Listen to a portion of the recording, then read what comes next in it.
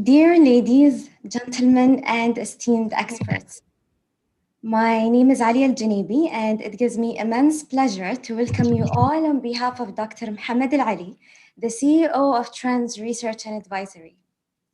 I'm happy to be kicking off this very significant symposium titled The Future of Energy and Sustainability.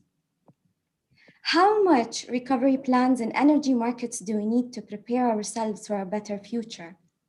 How changes shaped by the current COVID-19 pandemic might influence the dynamics of sustainable energy transitions? Would these transitions meet or exceed pre-pandemic expectations? And to what extent should our responses be green? As all of us know, the ongoing health crisis has caused significant disruptions across the globe. It has triggered a series of political, economic, social, and technological transformations that can influence sustainable energy transitions. As flights are grounded, unfortunately, and transportation channels are interrupted, we have noticed a record drop in global carbon footprint. Data shows that the daily global CO2 emissions fell by around 20% in April 2020 compared to April 2019. The global health pandemic has come as a wake-up call for economists as well as environmentalists to enhance their research for answers and for decision makers to act upon them.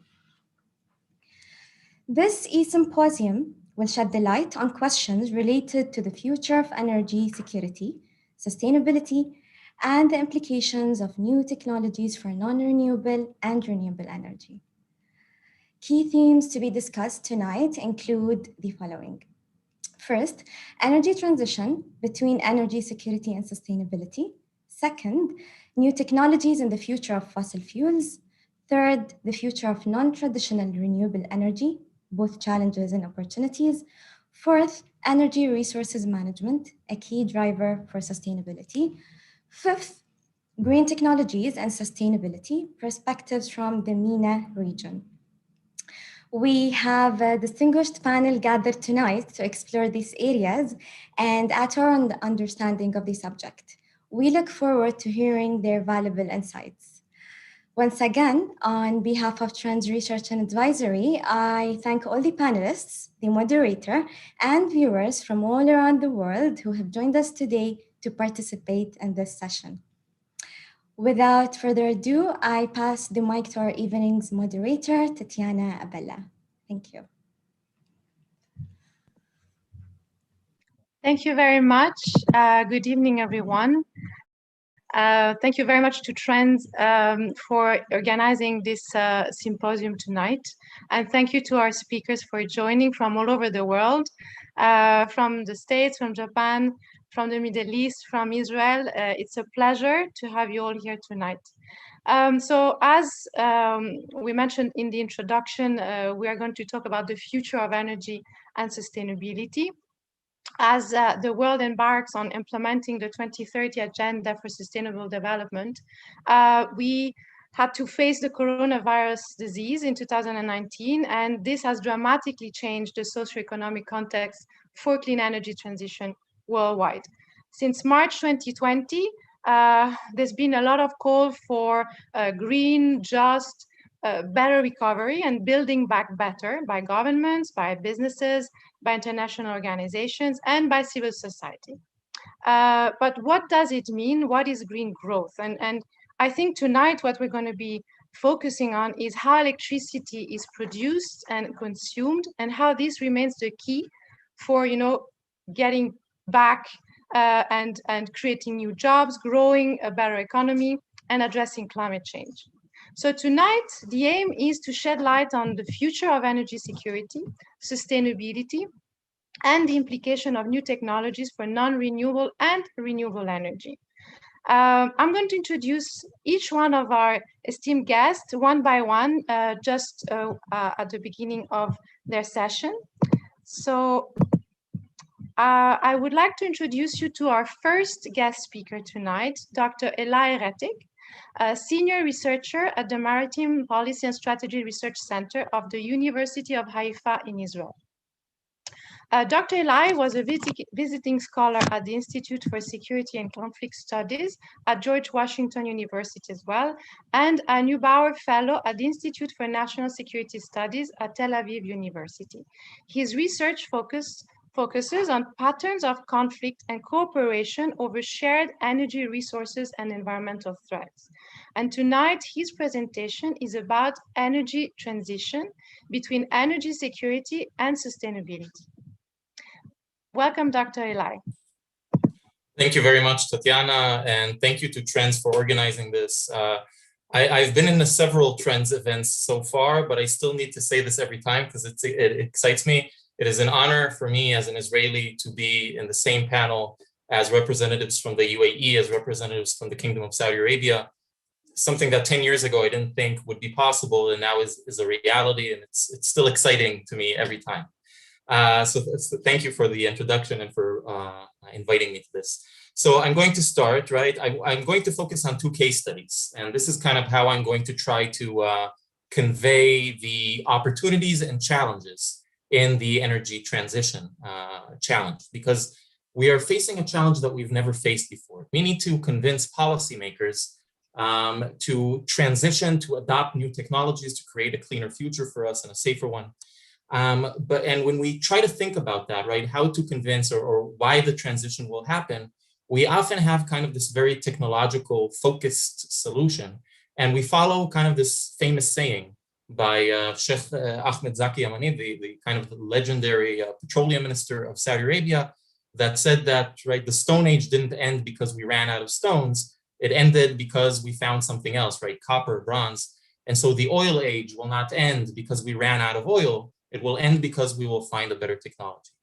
And that's kind of how we think about it. If we just find a good technology, if we can just make solar, wind reliable enough, etc., it will just happen on its own. We will just transition away.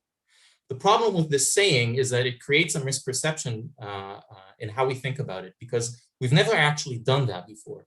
When it comes to energy, the Stone Age has never ended. Every time we find a new technology to generate electricity, we don't replace the former technology, we just add to it. Every time we find, right, we move from coal to oil and from oil to natural gas into hydro into nuclear, it never replaced the technology before that, it was just added to it because the population in the world grows, because there's more demand. And so every time we find a new technology, we're just covering the growth. We're not actually replacing the previous technology. We're consuming today more coal than ever before. Just in the past 20 years, 65% more coal consumption than before. And so it's a challenge because you're trying to get policymakers to not just add a new technology, not just add solar and wind to the growth, but to replace the current way that they're making electricity, which is usually very reliable and efficient and cheap. Otherwise, they wouldn't have been doing it so far with this technology, with this fuel. So how do you get them to do that? How do you get them to not just add, but to replace what they already have with this new technology? And often when we just focus on environmental incentives, right? We need to do this for the future. We need to do this because of climate change. It is not enough to convince policymakers to make the billions and sometimes $1 trillion of investment needed for this new technology that isn't always as reliable and as affordable as the domestic sources that you're using. And so I want to focus here on two case studies, Israel and Saudi Arabia, to demonstrate this challenge. because the reason I chose these two case studies is because both of them are promoting renewables, or at least are very excited about promoting renewables, mainly solar. And both of them kind of hit a wall, or are not kind of living up to the goals or expectations that they set to themselves. And in both cases, they're not doing it for environmental reasons. They have other incentives to invest in solar, one of them being economic and the other being security. And this creates both opportunities and also challenges. So I'll start with Saudi Arabia. Saudi Arabia has a big challenge, and it's not just Saudi Arabia, it's also the UAE and other Arab Gulf states, which on the one hand, it has a booming population that demands a higher quality of life. And that means more demand for electricity. The Energy Information Administration in the US projects that by 2030, there will be a 30% increase in demand for electricity in the Middle East, which is almost twice the global average. So in the countries of the Gulf, they are going to demand much more electricity than before. And the problem is that this electricity will be met mainly by oil and gas. So oil and gas that could be exported, that could be generating revenue for the country, instead is going to go more and more to literally burn it on the domestic consumption, on the domestic population, because that's how they generate electricity, both in Saudi Arabia and in the UAE. The second problem conflicts with this problem, because on the one hand, you need to burn more oil and gas to meet a booming population and a higher quality of life. The other problem is that this growing population also demands that you will get more revenue, because you need to maintain this growth, maintain subsidies, maintain the quality of life for this booming population, which means you need to export more oil and gas to the external market so you can get more revenue, so you can continue to subsidize your population. This has become more and more apparent after the Arab Spring, that while it didn't directly affect the Arab Gulf states, it did indirectly affect them by kind of pushing more subsidies, a better quality of life, to quell resistance and protests, which means, more government expense, which means more oil and gas being subsidized and burned on the local population, on electricity, etc. But on the other hand, needing to free up more oil and gas for export to gain revenue. And so you have two conflicting problems here. On the one hand, you need more oil and gas to burn on your own population. On the other hand, to maintain this population, you need to export that oil and gas outside to get revenue, to actually maintain this. And so the solution is find another way to generate the electricity, Seek other fuels or technologies to meet the domestic electricity demand, which will free up oil and gas for exports to maintain, to get the revenue and maintain this population boom. And so we see this in the Gulf a lot. We see this in nuclear technology being introduced, such as in the UAE, and we see this in solar panels, The idea here is not an environmental goal. The idea here is to release more oil and gas rather than being burnt on the domestic population for electricity, to release it for export to gain the revenue. And so in Saudi Arabia and the UAE, this works. In other countries in the Middle East, coal will be the main source of new electricity, such as Egypt and Turkey. So here's the challenge of transitioning rather than just adding. Now, for Saudi Arabia and for the UAE, this works. It makes economic sense. It means more revenue because you're freeing up oil and gas for export. It means less spending, less subsidizing oil and gas for your own population. It means creating more jobs because you're creating a new industry. It also means more people going to work, including women, so you can tax them, So it makes a lot of economic sense for Saudi Arabia, and it also is a main part of the Vision 2030 promoted by the Prince Mohammed bin Salman. Having said that, so long as it's just an economic incentive, then if the economic incentives change, so does the motivation and excitement for solar changes. We're seeing right now that oil prices are going up. The post-COVID, we're already kind of experiencing this post-COVID rebound of consumption going up. And so oil prices are going up as well. And so long as oil prices are high enough and you can get enough revenue to maintain all of the subsidies, then the incentive to put the money into solar weakens. So long as oil prices are high, oil-rich countries will have less incentive to do so. So this is one case and one challenge. The other is Israel, which doesn't have an economic incentive to build solar panels. And so why does it build the solar panels? Because of security incentives. And this again adds opportunity, but also challenges. In Israel, there's a joke. Israel doesn't have oil. The prime minister, Meir, once said that Israelis are mad at Moses because he took us 40 years in the desert just to pop us in the only place in the Middle East that doesn't have oil. And this has made Israelis obsessive about being self-sufficient, because since its inception, the state of Israel always struggled to ensure reliable supply of energy. It doesn't have any domestic energy resources, or at least it didn't have until 2009 when it found gas. It's kind of an energy island disconnected from its neighbors. It's under an Arab oil embargo since 1948, although today it doesn't really exist. There's a major war every decade, so you have a large military constantly in need of oil. And until 1980, it was completely reliant on oil for electricity production. And because of this, Israel constantly looked for technological solutions to reduce dependence on fossil fuels and to become more energy efficient and self-sufficient. And whatever technology can bring them that, Israelis will be quick to adopt this idea of self-sufficiency of Jewish electricity, right? In 1975, because oil prices went so high after the Arab oil embargo, Israel introduced solar water heaters. Today, 90% of households in Israel have solar water heaters on their rooftop to heat their water. The idea was to reduce the strain on the electricity grid, which at the time was using oil to generate electricity. And today, all of the roofs in Israel look like this. Right? This is the picture from my apartment. However, this was not for an environmental goal. This was for a security and economic goal, because Israel didn't have enough oil at the time. And so at the same time, Israel also switched its electricity sector from oil to coal, because coal was cheaper and it came from politically friendlier countries. So it wasn't about the environment, it was about security, energy security. However, coal, it's very reliable and it's very cheap at the time, but in such a small and condensed country like Israel, it is a health risk. And definitely people who live around the coal factories have a lot of immediate health problems, not long-term environmental problems, but now it's creating health problems. And so security and reliability of supply has always trumped other considerations when deciding on Israel's energy mix. And in order to sell a new technology to Israel, it works better when there's a security aspect to it, or a security urgency surrounding it, right? In this case, why do we need to stop using coal? Because it's reducing life expectancy, et cetera. So that's a health security issue. Even when Israel tried to advance electric cars in Israel, the idea was, right, to reduce our dependence on foreign oil, right, and increase our self-sufficiency.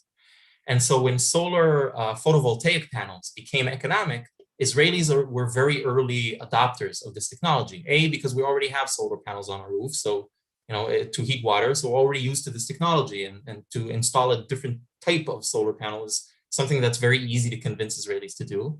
But mainly, it's this idea of becoming self-sufficient, taking power away from the countries that have all the oil and becoming, right, our own country, generating our own electricity, becoming energy independent.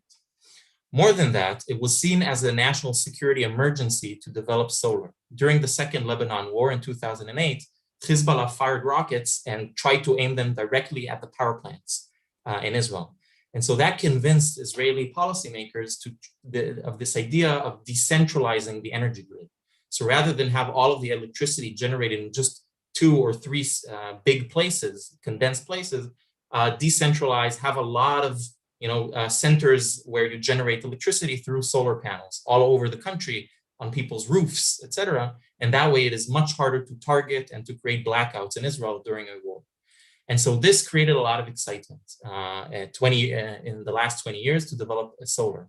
This is the roof of the Israeli parliament, right? A lot of solar panels. This is the national soccer stadium in Israel, in Jerusalem.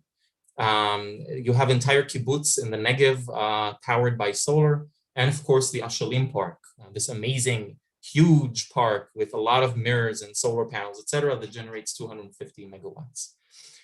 The Ministry of Energy set a goal: 10% electricity from renewable energy by 2020 and 30% by 2030. However, it didn't meet any of these goals. 2020 is now over, and renewables have reached maybe 6% on a very good day. And the reason for that is because in 2011, Israel found something else. It found natural gas deposits. Because security was the main incentive here, once the incentive changed and Israel had another source of independent electricity generation, gas, suddenly there was less excitement to generate solar. Because when you compare the two, it's a very hard competition to convince policymakers to do. right? The Ashalim Park, this huge park that takes 980 acres, costs 3.5 billion shekels, and generates 250 megawatts when there's sun, right, a third of the day on a good day. Compare that to a new natural gas plant that uses domestic gas that we found in the sea. It generates 860 megawatts, right? So 3 times this. It costs less and it takes only 17 acres, right? So it's a main challenge to convince policymakers to keep building more of these rather than just building more of these. You need, right, Israel needs 3,800 megawatts on a very hot day. And so that means you need 55 of these Ashalim parks to actually replace and generate enough electricity, again, when there is sun. Keep in mind that there is growth. Every year, demand for electricity in Israel rises by about 300 megawatts. And so you need to build 1.5 of this every year just to meet the growth, not even to replace all of the things that gas is currently generating for us. And the main problem is that Israel just doesn't have enough land for so much solar. It only has solar. It doesn't have wind. The only place it can build solar wind turbines is here in the Golan Heights, and there's political issues with that, among many.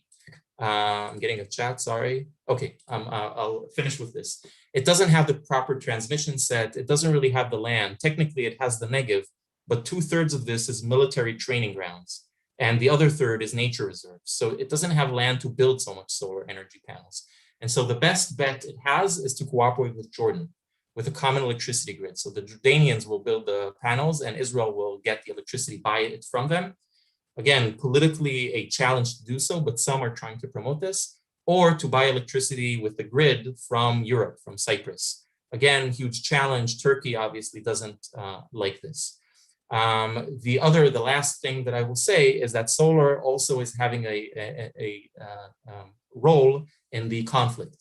This idea that if you want a 2-state solution, then the West Bank and Gaza wants to promote self-sufficiency, not being dependent on Israeli electricity, and solar panels is one way to do this. We don't tend to think of solar panels in the context of conflict, but in this case, in asymmetrical warfare, it actually works very well. And you see a lot of solar panels popping up in the Gaza Strip, also in East Jerusalem, right? This idea that if you want to create a 2-state solution with 2 capitals, divide Jerusalem, then you need East Jerusalem to be self-sufficient. And one way is to build a lot of solar panels, right? So this idea of solar panels as not just a security and economic incentive, but part of a national goal to become self-sufficient and independent. So that's it. Thank you very much, Dr. Eli. It was really interesting to see the comparison, and I have already noted a few questions for later, but thank you very much. And sorry I had to cut you short. So please, now I would like to welcome Dr. Amane Kobayashi, apologies. So Dr. Kobayashi is a senior researcher at the Institute of Energy Economics in Japan. His expertise includes the politics and security of the Middle East and North Africa, focusing on Libya and energy geopolitics in the region. Kobayashi has previously served for the Japan Institute of International Affairs, the Energy and National Security Program of the Center for Strategic and International Studies, and he's also worked for the Libya's post-conflict development projects with Japan International Cooperation Agency. So today, Dr. Kobayashi is going to actually present on new technologies and the future of fossil fuels. Thank you. Thank you very much. Can you hear me and can you see my slides? Okay. Tatiana, thank you so much for your kind introduction. And I would like to thank Trends for inviting me to such an important symposium. So as Tatiana kindly introduced, my major research topic is the so-called energy geopolitics in Middle East and North Africa, particularly Libya. But today, I would like to speak more broadly about the current energy technology trends and the future of fossil fuels, particularly from the perspective of Japan and Asia. First, I would like to briefly touch upon the background of Japan's energy policy. So Japan's energy policy has been struggling with the balance or imbalance of so-called 3E plus S, which is energy security and economic efficiency, environment, and also the safety. This is because Japan's energy self-sufficiency rate is about 10%, second least in the 35 OECD countries. Since most nuclear power plants have halted after the 2011 Great East Japan earthquake and tsunami incident. So just before Japanese have commemorated the 10th anniversary after the such a big incident, but still we are suffering from the such low energy self-sufficiency. So Japan has been importing most fossil fuels, including crude oil, natural gas, and coal. And it has been, therefore, it has been leading the development of renewable energy and energy conservation technologies, as well as reducing greenhouse gas emissions. This is not only for mitigating the climate change issues, but also maintaining its energy security, and also mitigating economic and financial costs, importing vast amount of fossil fuels, and also taking advantage of the global energy technology competition. So today I will talk a bit about the current new energy technologies for carbon neutral society. Japan has been keen to develop new energy technologies for carbon neutral society. Therefore, it published the first hydrogen and fuel cell strategy in 2014, emphasizing the needs to involve the private sector, such as car and public transportation companies. So recently, Japan is designing a strategy building a global hydrogen supply chain within 10 years by enhancing collaboration with so-called resource-rich countries. Therefore, Japan is accelerating cooperation with the oil and gas producing countries, particularly in the Middle East. And this is not only for importing more fossil fuels, but also leading a future hydrogen society in the world. And now Japan has been focusing on the blue ammonia. In September 2020, last year, the IEEJ, Institute of Energy Economics of Japan, which I have been working for, and Saudi Aramco has started a pilot project to transport the ammonia made in Saudi Arabia. As you may know, ammonia is easy to transport and could be used to produce hydrogen.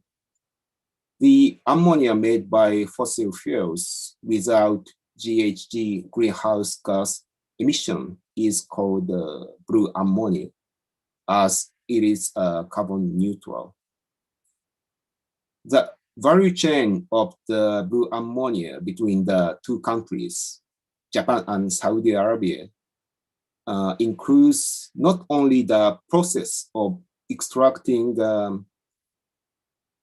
hydrogen from hydrocarbons and synthesizing ammonia, but also the process of capturing the CO2 generated in the process.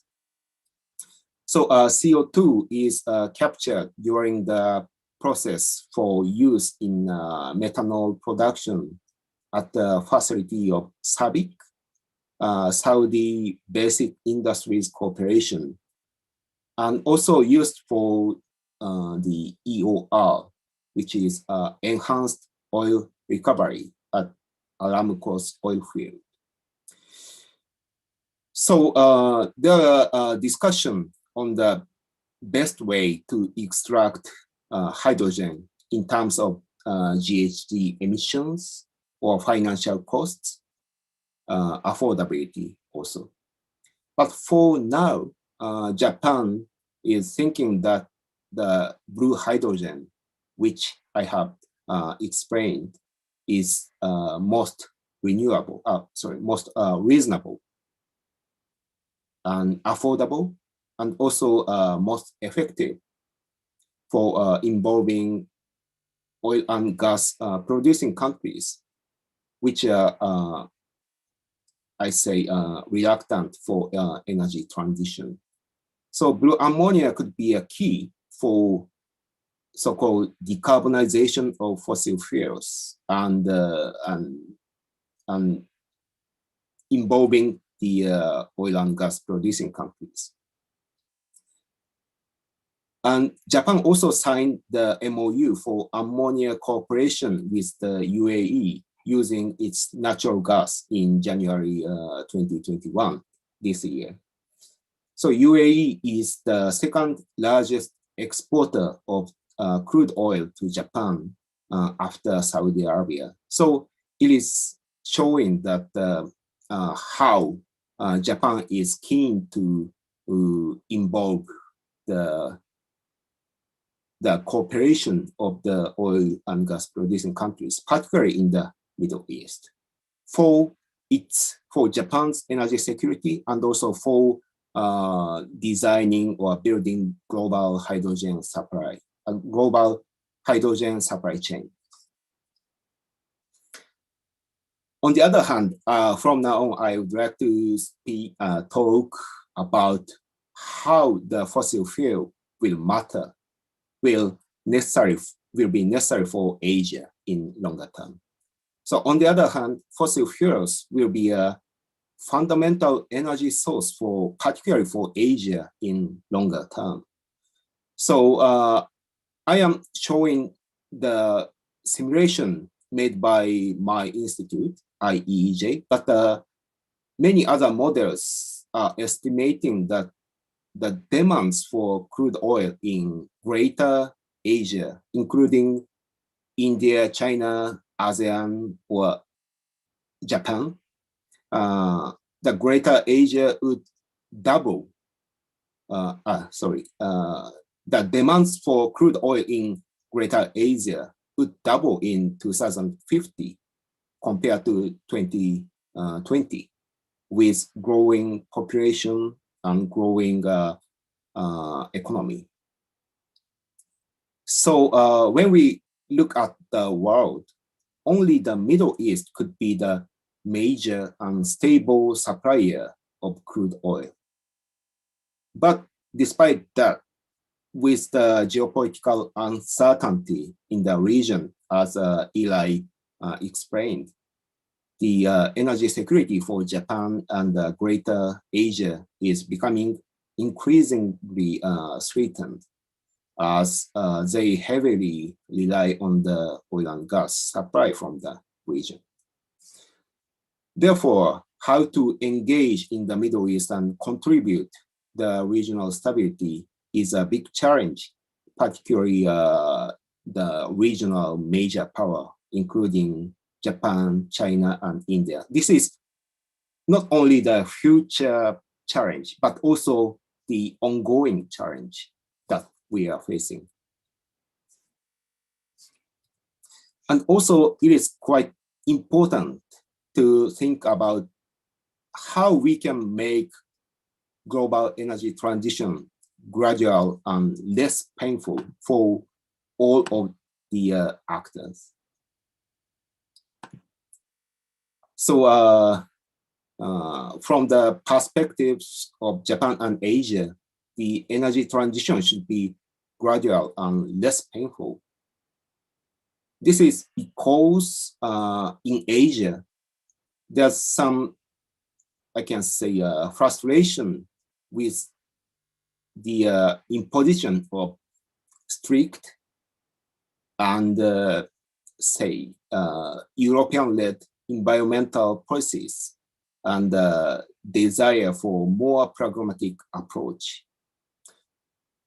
So actually, yesterday I talked with an governmental official who is in charge of the energy issues in ASEAN. And he said that most of the member countries of ASEAN are thinking that realizing the carbon neutral in 2050 is impossible under current economic and technology situation. Also, many Asian countries are interested in working with China on energy infrastructure, even under the intensifying US-China strategic rivalry or competition. Therefore, we need to be reminded that the strict and too harsh approach for carbon neutral will collapse the global momentum to do so.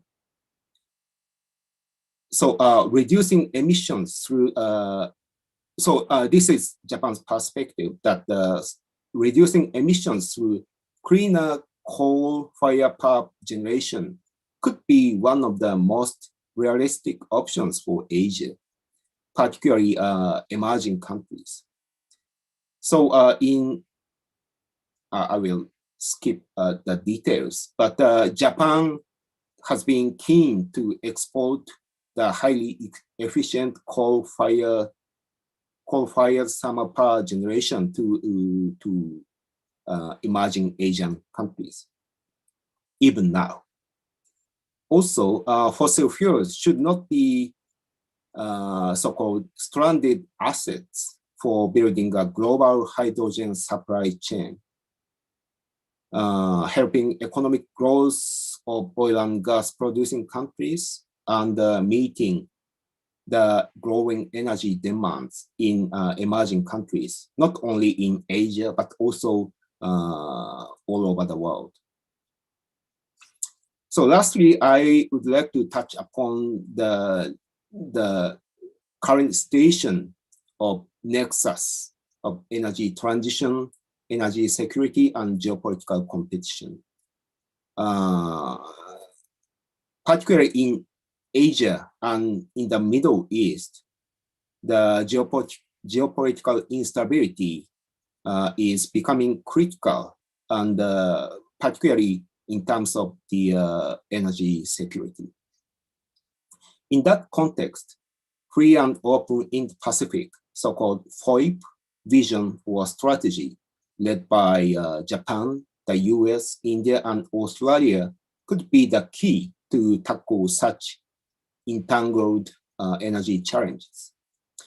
So FOIP is not just a security coalition or security strategy containing China, but also includes various economic and infrastructure cooperation mechanisms and the financial schemes. So Japan's extensive experience in private sector investment and public and private financing could lead transnational energy projects, even involving China. So energy security in Asia is not a zero-sum game, and there could be a room for cooperation between China and other regional countries, including Japan, while we are facing a big geopolitical challenges. So once successfully being operationalized, FOIP vision or strategy could enhance connectivity between Asia and the Middle East and trans-regional collaboration, maintaining energy security in the changing world. I'll stop here. Thank you very much. Thank you very much, Dr. Kobayashi. This was very, very interesting to understand the different strategies and what happens in different geopolitical regions. I think the next presentation is very interesting because it really follows your presentation. So I would like to introduce Sarah Al-Harthi. I hope I pronounce it correctly. Sarah is a Saudi electrical and energy engineer, currently working as a business development manager for renewable energy projects in the private sector in the Kingdom of Saudi Arabia. She is a climate ambassador at the World Bank Group as a member of the Arab Energy Club. Thank you very much, Sarah, for being here tonight. So your presentation is about green technologies and sustainability and the perspective from the MENA region. Thank you, Tatiana, for the introduction, and I'm happy to be joined today by the esteemed panelists. So today I'll be discussing green technologies and fuels for the MENA region, green recovery.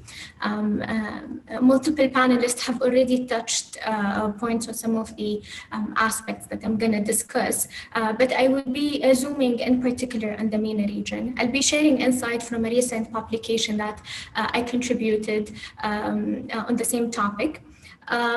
All of us have lived through this global health emergency, and it has given us a preview of what to anticipate from an unfolding climate crisis.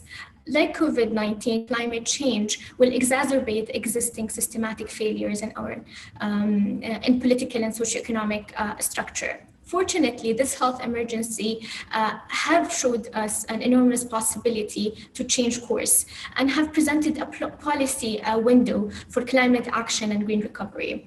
Decision makers today in our region have an opportunity to leverage on public policy to build back better for a healthy and a resilient society.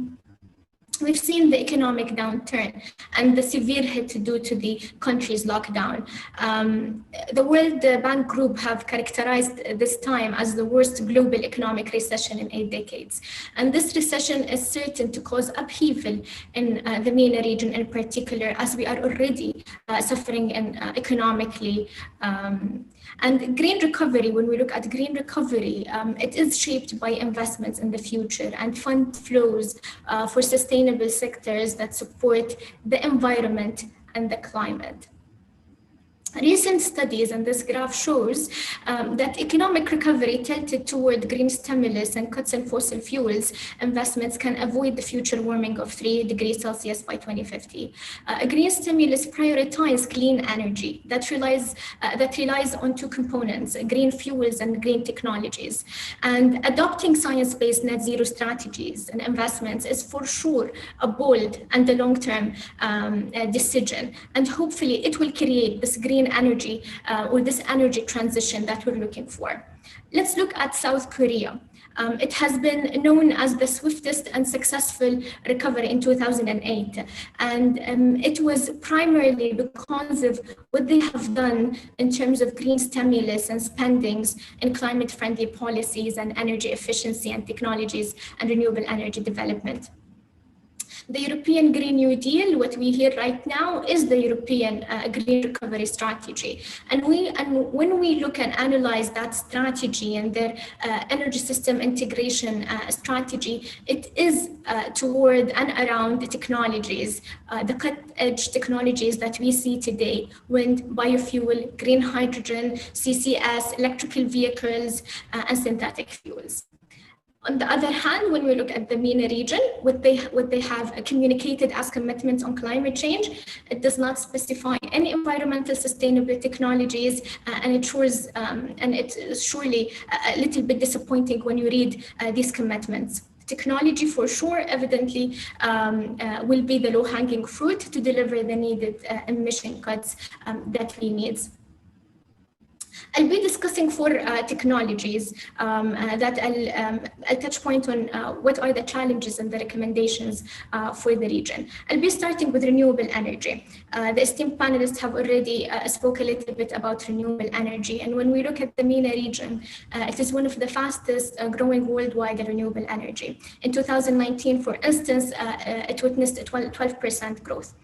Yet, unfortunately, the capacity stands only at 23 gigawatt, which is 1% of the global production, and around 26 of net additions. Today's opportunities, when we talk about energy transition, could be realized through renewable energy, and that's due to the declining levelized cost of electricity. We've seen in the past 10 years a sharp decline in solar technology PV, which around 82%, CSP around 40%, and onshore and offshore wind on an average of 30%. But when we see and we look at the practices in the MENA region in terms of policy integration of renewable energy, sadly, we see most of the MENA region countries not having serious plans for renewable energy integration. We see Algeria, Morocco, Qatar, and Saudi as the serious contenders here, but the rest of the MENA countries a little bit do not have ambitious plans for renewable energy integration. The second technology I'll be talking about today is the CCS, the carbon capture and storage technologies, which is at the heart of the circular carbon economy. CCS technology is basically eliminating CO2 from fossil-fueled industrial and power plants, which accounts for 2/3 of the power generation globally. Current operating plants with CCS technology have showed that it captures around 90% of the CO2, which means it is an effective tool. Actually, IPCC in the reports in 2018, they said that all pathways to reach 1.5 degrees Celsius target in the Paris Agreement will employ CCS technology. Despite the recognition of the CCS, the carbon capture, storage or unutilization and storage, as an important part of the portfolio emission mitigation technologies, yet it's not widely popular, and it's held back by the higher operating cost.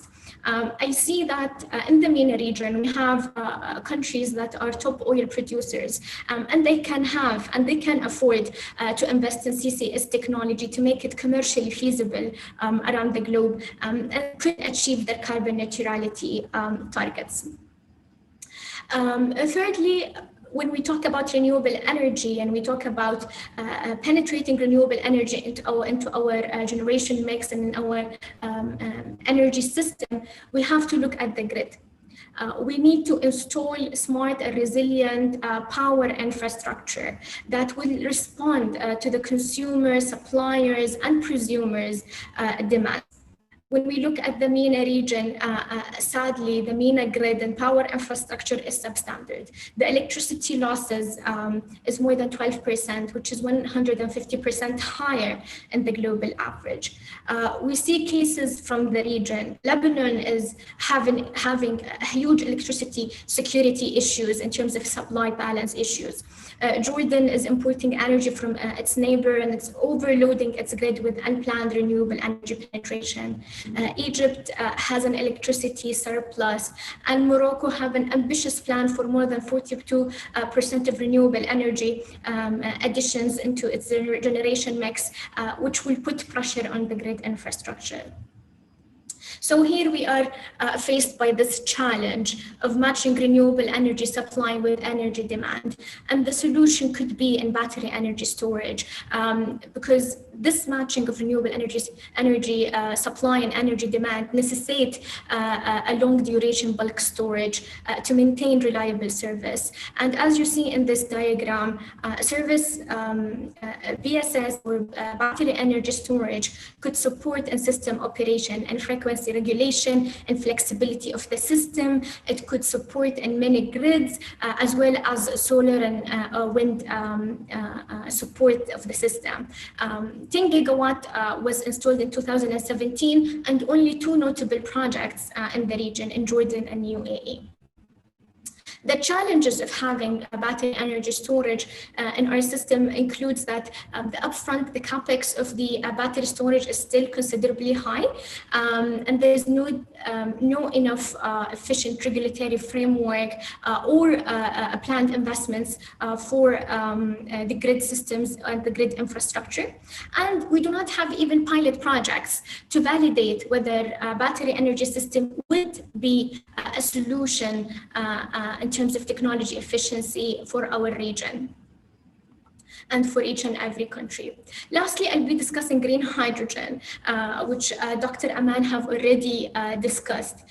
Green hydrogen is produced, green hydrogen is produced by separating oxygen and hydrogen from the water molecules through the electrolysis technology. So it is a very green, and the source and the input of the system is basically water, which is an abundant source that we have. It requires only 1/3 of the total water consumed by traditional fossil fuels, and it uses renewable energy as the energy source for this system. Hydrogen itself is an energy carrier and a versatile fuel in terms of supply and use. When you look at this diagram here, hydrogen could be used as a fuel for transport and power. It could be used in the industry and in buildings for heating system, especially in the steel and cement and aluminum industry, which requires huge amount of heat. And it could be used as well for chemicals like ammonia and fertilizers and other products. And it thus fills the gap left by fossil fuels in tackling the decarbonization of the long-haul transport and the energy-intensive industries, as I explained, the chemical and steel industries. Fossil fuel-based gray hydrogen, so Dr. Aman talked about blue hydrogen. When we see the gray hydrogen, it is used for oil refining, ammonia production, and other uses. MENA region in specific have a high share of petrochemical market, or a considerable share of the petrochemical market, 10%, which could use hydrogen. And Egypt, when we look at Egypt, it's a major exporter of ammonia. And the MENA steel production is estimated around $40 billion industry. So green hydrogen economy could meet 1/4 of the world energy by 2050, and it presents an opportunity for our region. Green hydrogen is capturing a worldwide attention. We see the US have budgeted more than $60 million to scale up hydrogen production. And we see the European Union investments pipeline installing 6 gigawatts of renewable hydrogen electrolysis with production of 1 million tons of hydrogen. Germany production capacity of 10 gigawatts by 2040. This is one of their plans. And they have allocated an investment of 7 billion euros for this mission. And they have targeted MENA region. I'm not sure if you have heard about the new memorandum of understanding between Germany for the hydrogen industry.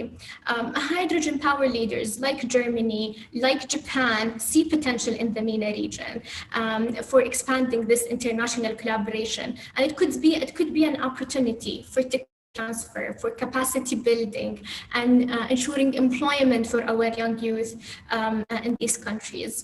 And as we see that these investments going from these big countries, as we see here, Korea, Japan, Germany, France, and Saudi Arabia as one of the contenders and competitors in this green hydrogen economy, and the renewable energy cost keeps declining, Bloomberg have shared with us that maybe by 2030, we could see that green hydrogen could be as competitive in price with gray hydrogen.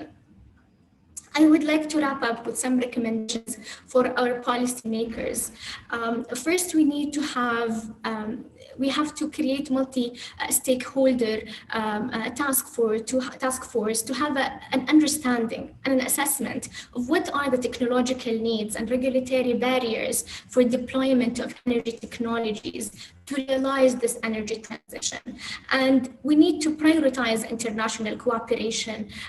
We saw how Dr. Aman talked about seeing Saudi Arabia and seeing the MENA region as a potential countries to collaborate with. But we see as well Europe, which has a proximity to the region, and there is already an existing multilateral relations, and we can leverage on that through international collaboration to export hydrogen, to export renewable energy.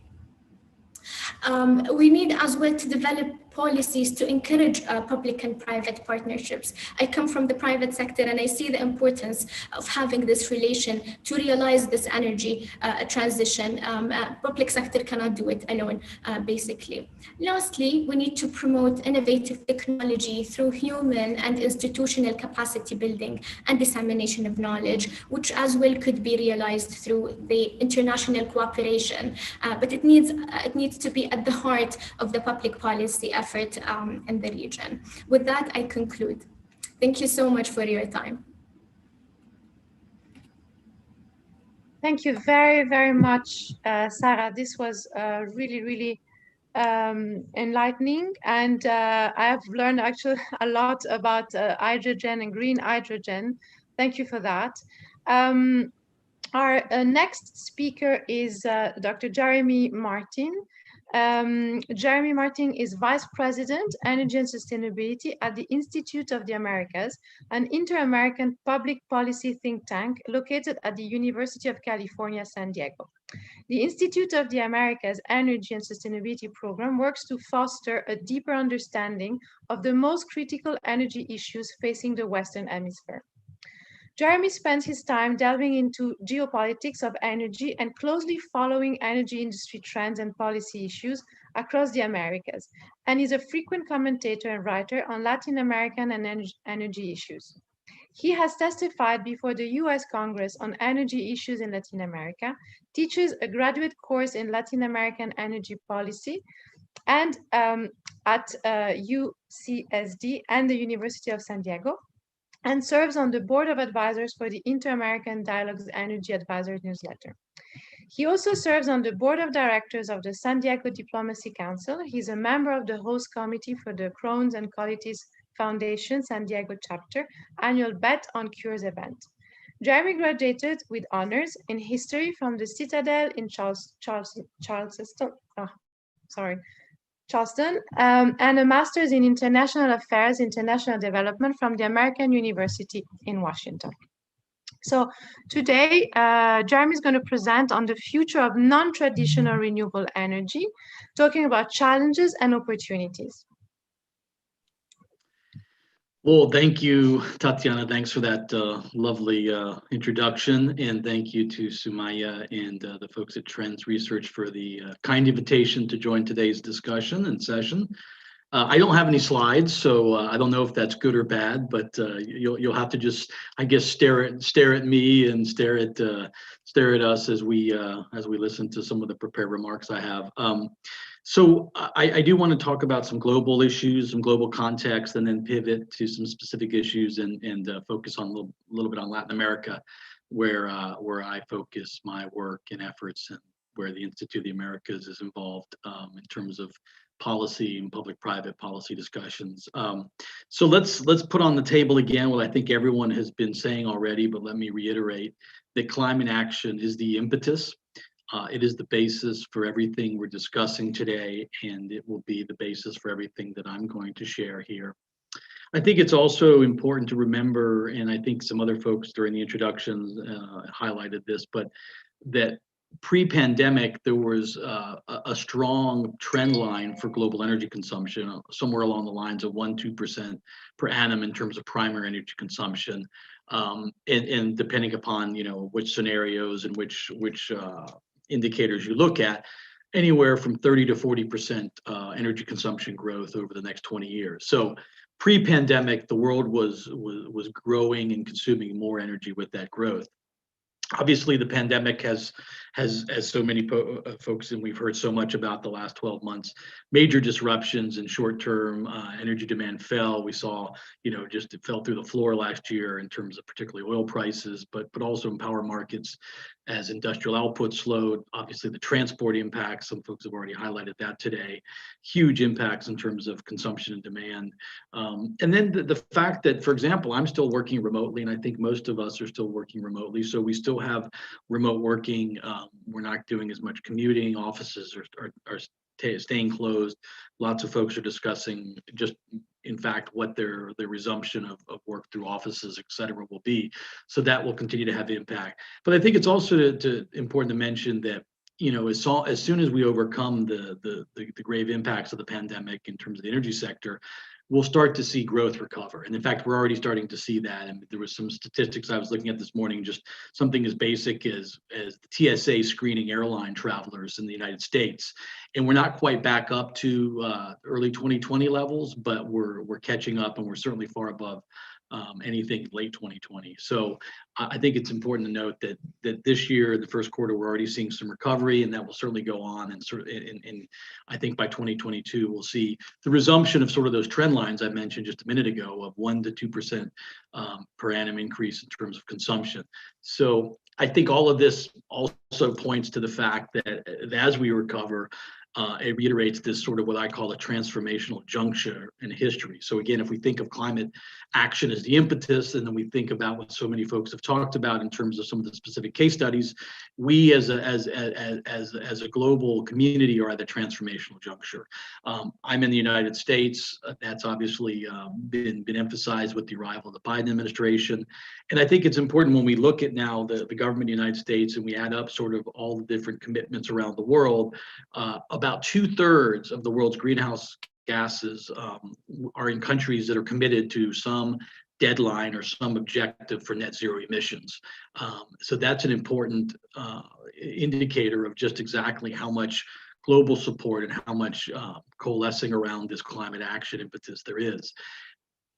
That's the upside. The downside is, as I think other folks have alluded to already, very few of the countries have adequate measures in place to achieve this goal. And I think somebody just said, that they were speaking to somebody who admitted that there's no way to hit net zero by 2050.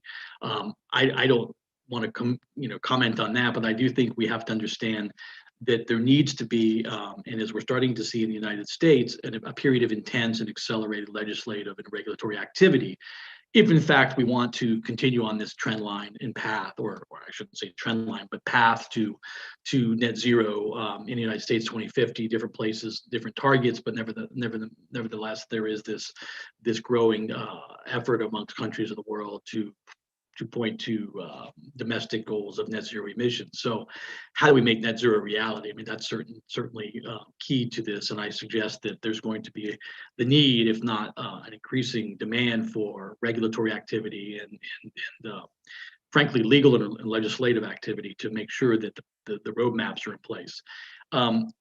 Some more good news, though, in terms of that building impetus towards climate action comes from the global financial community. And I think as we talk about this critical juncture, we've already seen in the last couple of years, certainly pre-pandemic, but I think in this milieu of building back better and green recovery, we've seen an increased amount of commitment, at least through public statements and some major project developments, to international financial institutions, development banks, but also a lot of private capital and private equity using ESG as a guidepost for investment. And so I think what that's starting to show us is this driving away of capital from hydrocarbons, and again, underscoring not just the importance and viability of clean energy, but that broader climate impetus and that broader net zero construct. So I think that's important. And I think the other thing that's important to underscore here in all of this, as we look and we sift through these efforts to move towards net zero and these efforts to develop a roadmap to energy transition or to implement the energy transition, in the United States, and certainly in Europe and some other places and across some major corporations, the idea of a just transition is certainly integral. And so it just can't be climate action. It just can't be clean energy deployment. It needs to be all of that, with also the understanding of a just transition and how important the interconnection of climate change and social justice. And I know that's something that in the Biden administration, there are literally appointees who are working on that issue of communities, particularly communities of color in the United States, that have been bearing the brunt of climate in terms of the severe climate. And so that idea of the just transition, and so that's complicated, right? And so that's something I think it's also important as we look at the commitments to net zero. Below that is also this increasing commitment to make it a just transition, and not just, like I said, emissions reduction for the sake of climate and emissions reduction. It has to be just. I think some folks have already talked about the good news around renewable energy. I think even with COVID's deep impact, renewable energy now form the largest area for new power generation. The penetration rate has become faster than any other fuel in history. The decline in cost, particularly in terms of solar, but also wind, have been remarkable just in the last 4 or 5 years. You see auction after auction across the world, but particularly here where I look at in Latin America, from Brazil to Mexico to Colombia, it's almost like every auction brings a new record-setting price for solar or wind technology. But it also is important because as we start moving towards this electrification, that points to the role of electricity becoming the most dominant fuel in the mix by 2040. And that shift to global electrification is complex. I mean, like everything we're talking about, it's complex. It's part of the solution. It's part of the net zero roadmap.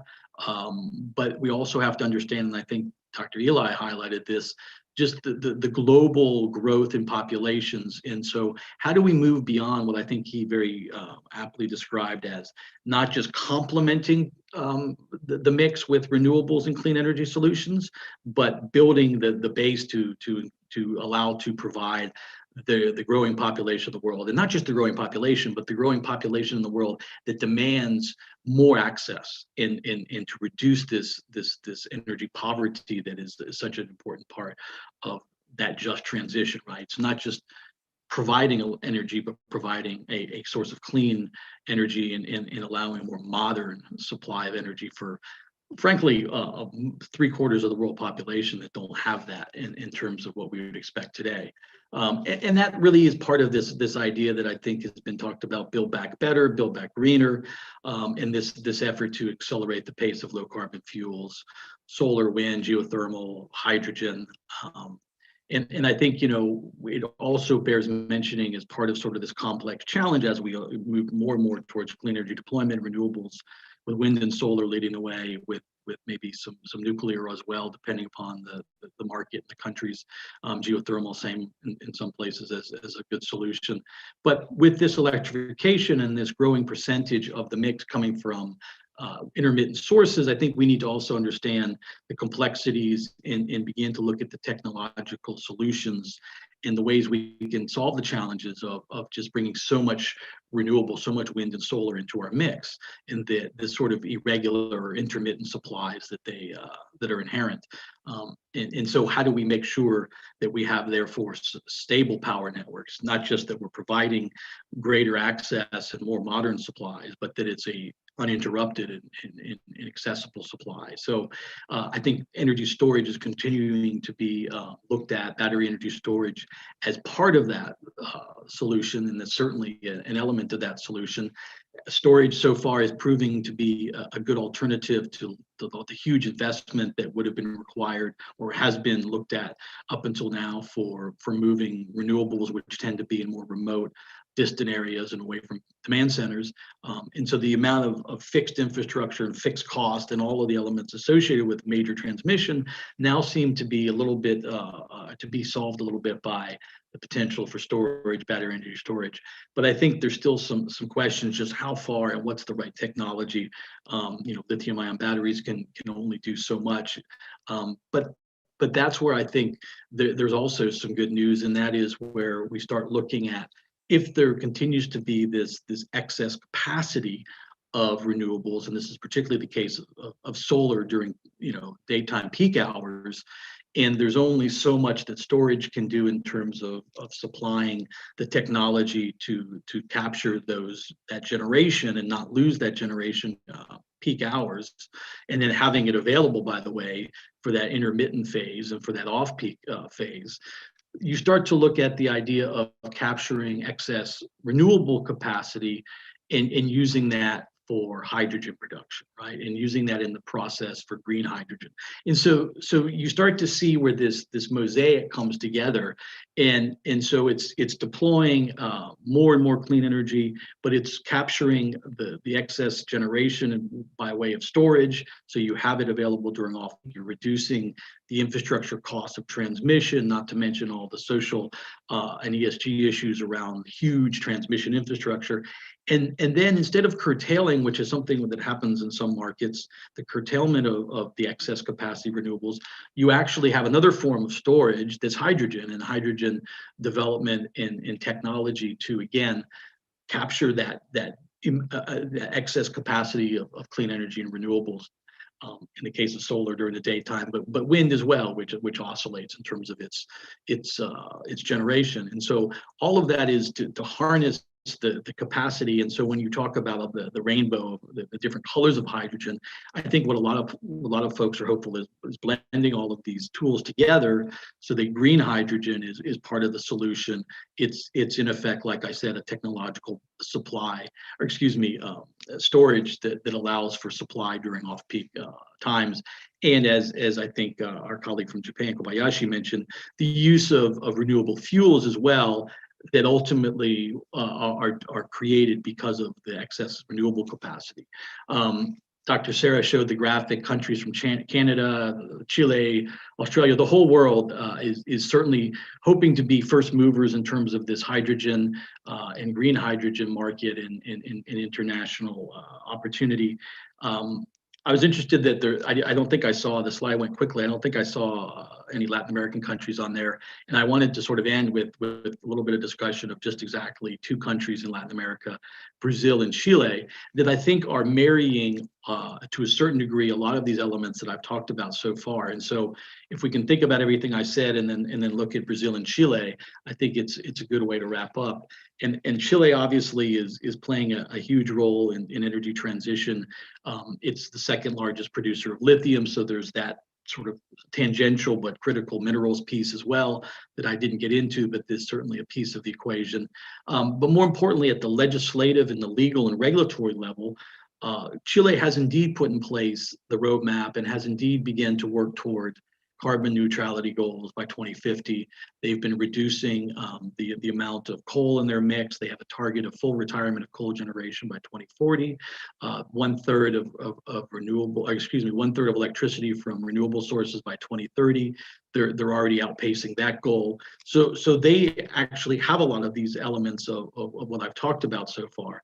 And if we put on top of that now, their most recent strategic initiative in energy policy objective that was unveiled at the end of last year in plan and pathway for green hydrogen. And now they've set another target where they want to be the globe's leading producer by 2050 of green hydrogen. And all of that is possible, at least on paper, because of the ability for Chile to be capturing more and more clean energy and capturing the excess capacity and perhaps diverting that into not just storage, but the process of hydrogen and creating a hydrogen economy. And they have an interesting opportunity domestically to create demand with their energy intensive mining sector, which is a huge part of their economy. And they have the ability, through the nature of the geography of the country being such a long country and extended country in terms of long haul transport, where you can see some of these hydrogen solutions being implemented and having the local domestic demand that will then undergird the opportunity for them to be a major international player. Brazil, similarly, I think has a great claim to become a leader in production of clean hydrogen.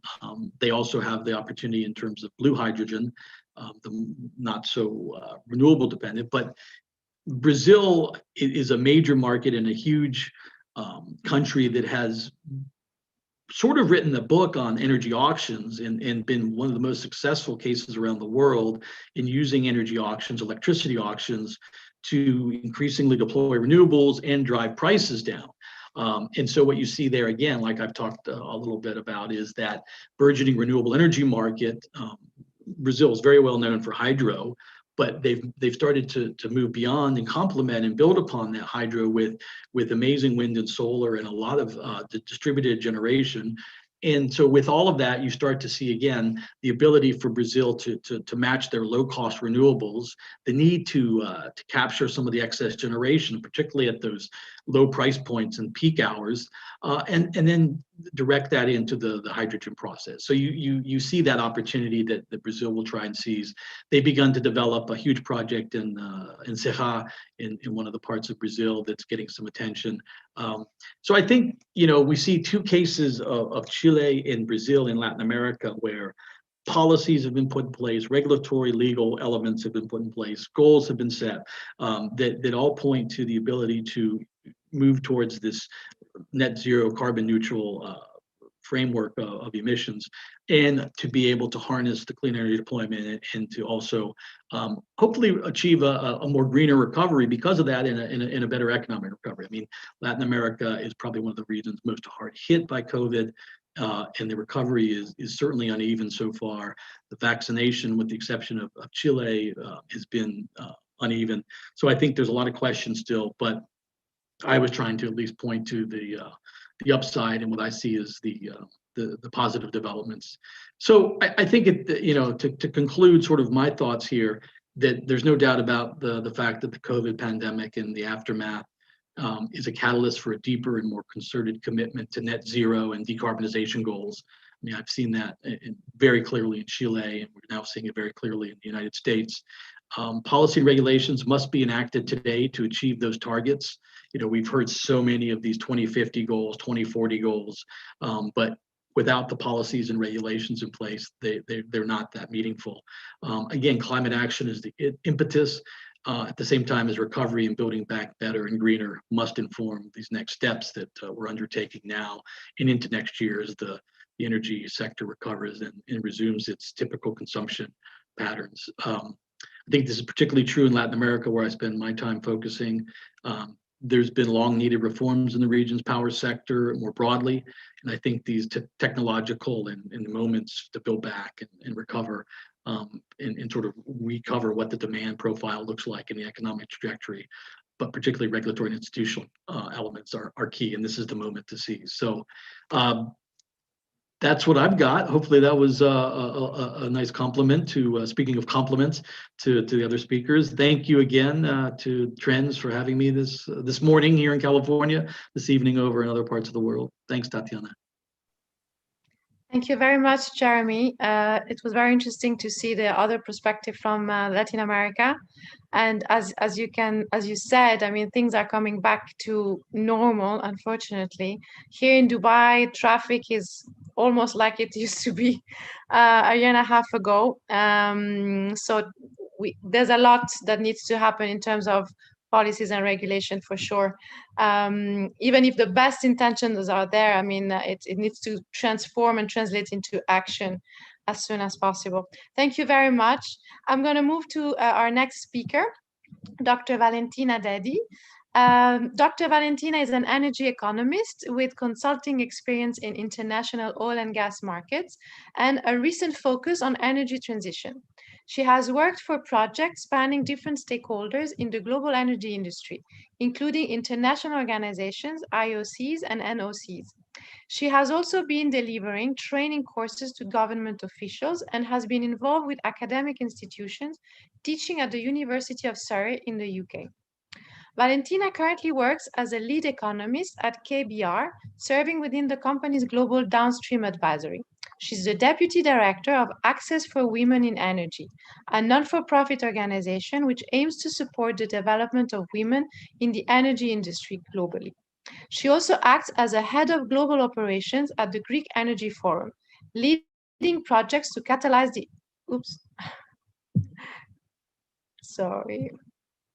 leading projects to catalyze the energy industry growth in the East Mediterranean region. So today, Dr. Valentina is going to present on energy resources management, a key driver for sustainability. Thank you, Dr. Valentina. Sorry, can you hear me now? Great.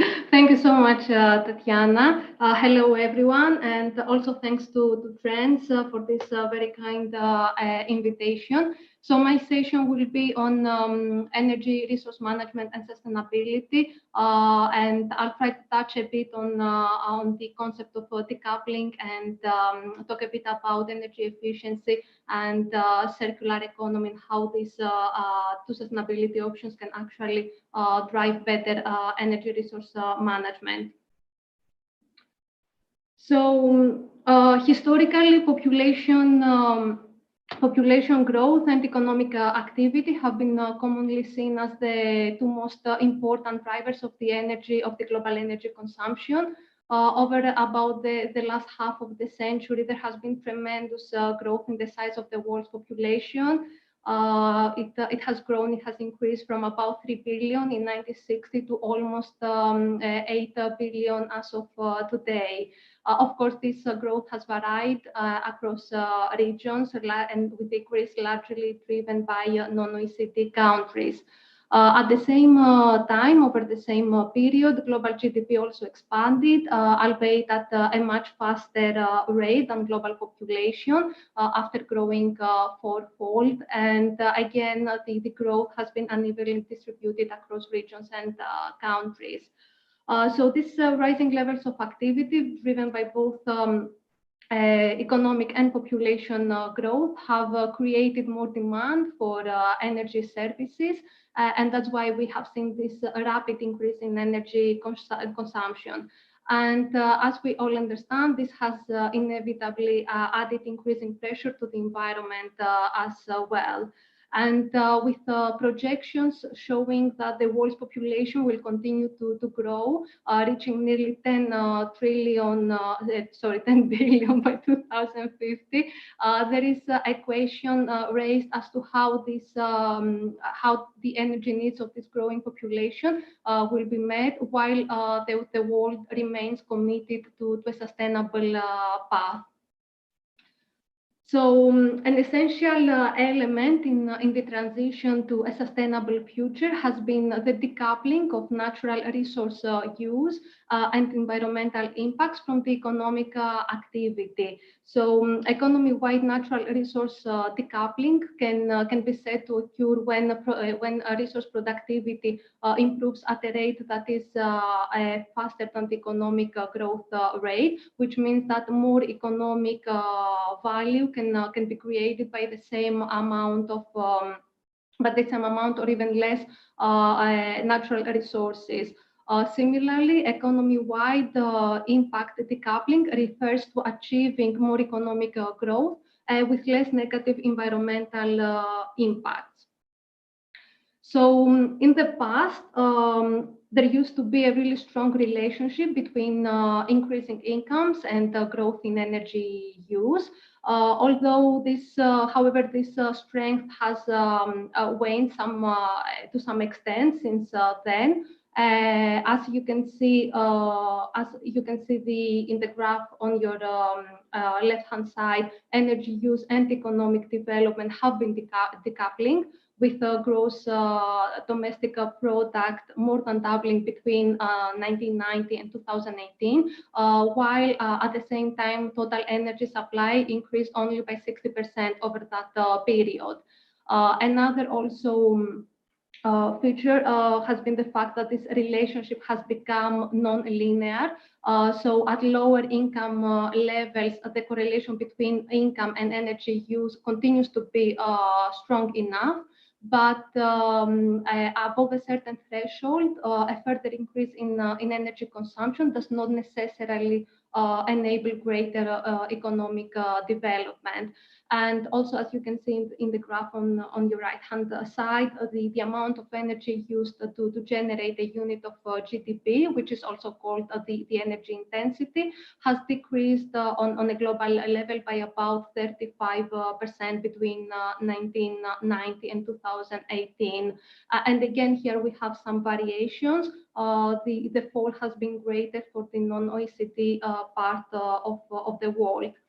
And in addition to this energy transition that we have been discussing and the higher penetration of renewable resources into the economy, there are also other sustainability actions like energy efficiency and circular economy, which can also play a vital role in securing sustainability. Over the years, there have been significant improvements in energy efficiency, which have helped boost the economic growth and have also have helped in the avoidance of emissions. Technical efficiency improvements, for example, between 2015 and 2018, reduced energy-related carbon emissions by about 3.5 gigatons, which has been roughly the equivalent of the energy-related emissions of Japan over the same period. Improvements in energy efficiency have also helped energy security because, and especially for oil importing countries, helping them to reduce oil imports. It has shown that in 2018, efficiency improvements since 2000 reduced oil imports in the world's major economies by more than 165 million tons of oil equivalent. And to put that into a context, that has been similar to the combined annual oil demand of Germany, Belgium, and Australia. And of course, as you understand, this had also significant financial benefits for these countries. For example, in 2018, Japan spent about 20 billion less on imported oil, thanks to a 20% reduction of its imports due to efficiency improvements that were taking place since 2000. And such was a case for IEA member countries, which have avoided about 20% more energy use in 2018, again, due to improvements in energy efficiency since 2000. The industry and buildings sectors have been the largest contributors, but transport has also followed closely, as you can see in the graph.